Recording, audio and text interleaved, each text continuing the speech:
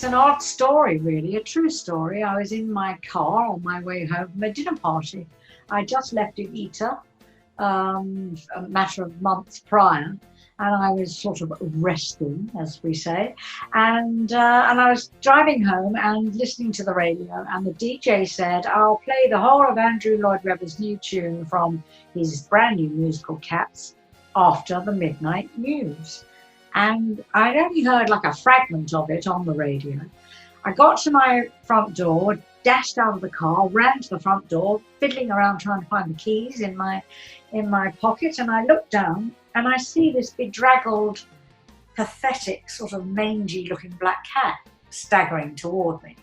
And I'm trying to get it to cross my path, because my mother always said to me that if a black cat crossed your path, it meant it would bring you good luck. So I'm trying to usher this cat across my legs, which I did, and I rushed into my house and I put the cassette in and I taped the song, having left the door open, and when I looked back, there was the cat that followed me in, and it was so sort of pathetic and mangy looking. I gave it a saucer of milk, and needless to say, it stayed the night. And I'm playing this tape over and over on my Sony Walkman, and I'm thinking to myself, tomorrow I'm going to ring Andrew Lloyd Webber and I'm going to say to him, you know, I know I'm nothing to do with the show, I said, but I'm going to say, you have to let me record this tune, this song, because it sort of did something to me. It connected with me in some major way, and I really wanted to. I played it over and over.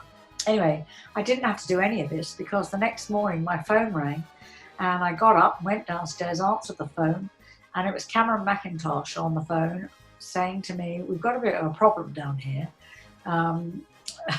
Judi Dench has injured herself. She's not going to be able to play the role of Grisabella. Would you come down and talk to Trevor Nunn and Gilly, Lynn and myself about the possibility of taking over the role?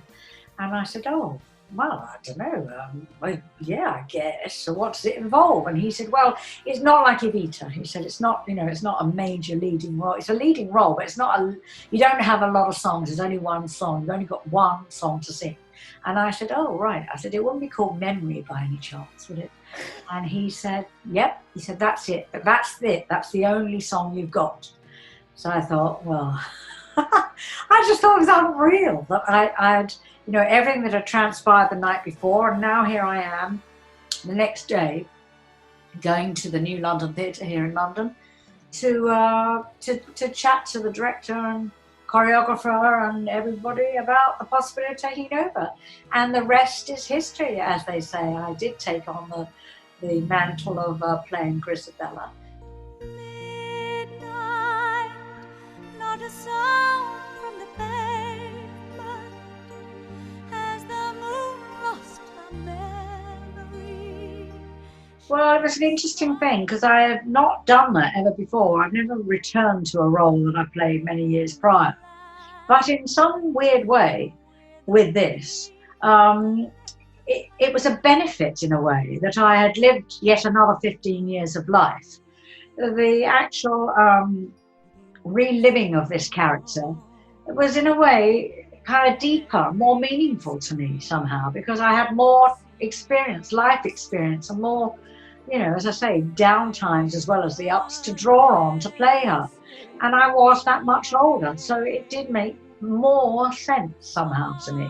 And also, because it was being filmed, one didn't have to paint it with such broad strokes as you would in a theatrical performance. Because although this is filmed in a theatre, on a set, you know, built especially for the movie, but because it was being filmed, and there was no audience or anything, you didn't have to perform, so you were able to be more inward thinking and a smaller, kind of more thoughtful performance in a way.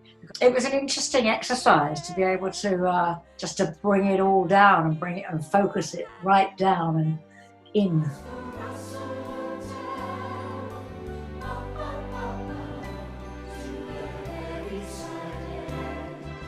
You know, as a character, she's and what her storyline is in the piece is that she's, you know, she's ostracized basically.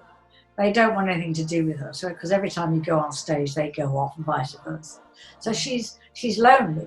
She's ostracized by the gang, the rest of the cats in the community. She's mournful. She feels that she's an outcast. And of course, when she sees the young kitten dancing before Memory, the song, the big 11 o'clock number, she sees the young kitten dancing and she tries to emulate, because she remembers how she could do the same thing when she was young. And of course now she can't do any of those things. She's sort of old and weary, and so it's kind of, the whole thing is the song, I believe. And when she does do the dance, I mean, that was the extraordinary thing with Gillian Lynn when we discussed the character. This is way back in 1981 when the original show opened. She knew I loved to dance, Gilly, and so she said, I want you to have a little dance number before you sing the song. You'll see the kitten, you'll try to emulate her, and you just can't because your back hurts and your legs ache, and and you end up on the floor before you sing because you're just a mess. You can't get it together. And I always thanked her for that little dance moment, that little adage and collapsing, because it kind of helped the song in a way. It kind of grounded the song and gave it a platform as to how to spring off from somewhere, that everybody knew before I even started singing what the song meant. And the song, for me, I mean, at that time, and still I believe this is what the lyric is that, it is, she is an outcast, she is lonely, and she's the glamorous life that she led all those years ago is something that's lost and far behind her. And it's a song of yearning and longing and wishing and hoping that it would return. And it's a song of reflection, I suppose, really. She's reflecting on her glory days and sort of saying, when I was beautiful once.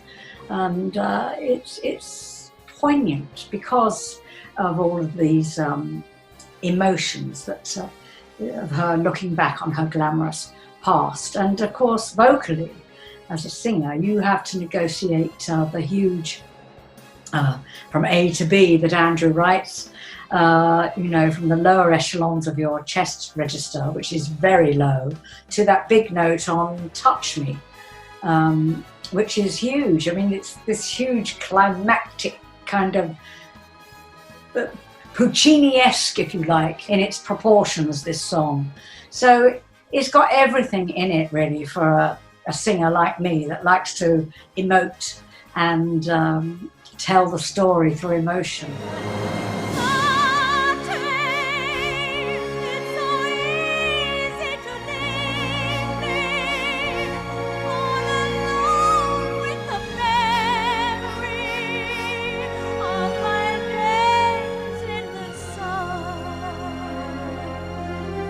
I remember when I, first joined the company, and I only had a matter of a few days to learn everything. I had to learn a huge opening dance number because I played young Grisabella in the opening scene, and it'd be interesting to see if anybody can recognize me in the opening sequence. I am there with all the others dancing my booty off, but as a young Grisabella. And I'd be surprised if anybody recognizes me. But anyway, so I had this whole number to learn. Then I had to stand in the group. The naming of cats is a difficult matter, that whole naming of cats thing. I thought, I'm never going to learn all of this in 2 or 3 days, and this song. It was just a huge pressure, but added to which, Trevor Nunn and Andrew at the time had asked other writers if they would have a crack at writing the lyrics for the song. They hadn't definitely decided on what the lyric was going to be. And so Tim Rice had a go, Richard Stilgoe had a go. These are lyricists here in England. Don Black, who wrote the lyrics for Sunset Boulevard, he had a go. And anyway, and so every night for 10 previews, I was asked to sing the first verse of Don's and the second verse of somebody else.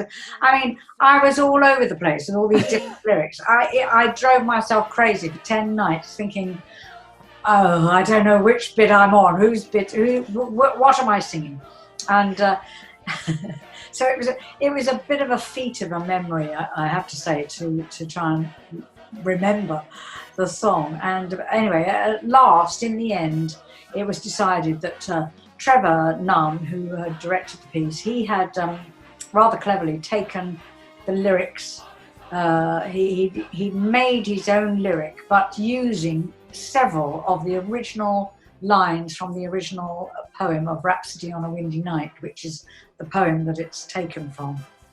So, and then he deftly kind of weaved his own magic around those original lines, keeping the quality of the poems. That's what was so clever about it, I think, really.